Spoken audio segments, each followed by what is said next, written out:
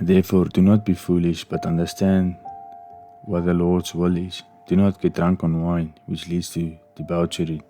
Instead, be filled with the Holy Spirit. Ephesians 5, verse 17 to 18. With these words, Paul is saying that every believer, every Christian has to decide under what influence their life will be. You have to decide who is going to influence your life. It depends on you and who you allow to influence your life, because that influence will affect your actions. Consciously, no one wants to be drunk, but you can be drunk with your habits, with your old life, when there are still things from the past that you can't control and that's controlling your life. If there are angers, frustrations, wounds that still control your life, they do so in a such way that you can't imagine yourself outside of it. Many of the things that govern you today were introduced into your life by a bad conversation, a bad friendship, or a bad encounter that influenced your decision. To truly change, to experience real transformation, there must come a moment when you accept and desire the influence of the Holy Spirit more than that of those around you. There must be a moment in your life when you truly ask God to be the one to influence your life and direct your thoughts.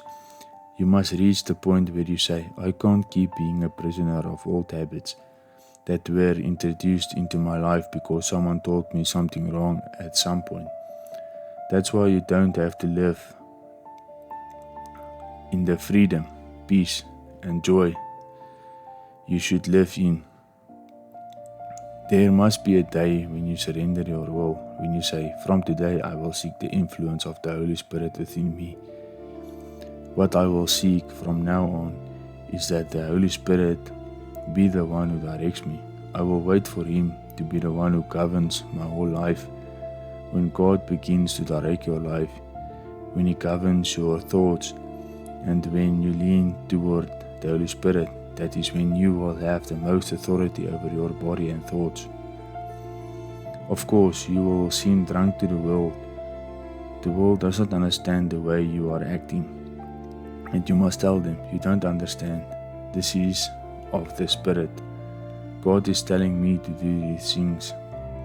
The world says you are crazy, not knowing that now is when you are most sane, but still seem crazy to them, because that means you have come out from under the influence of their words and are under the influence of the Spirit of God.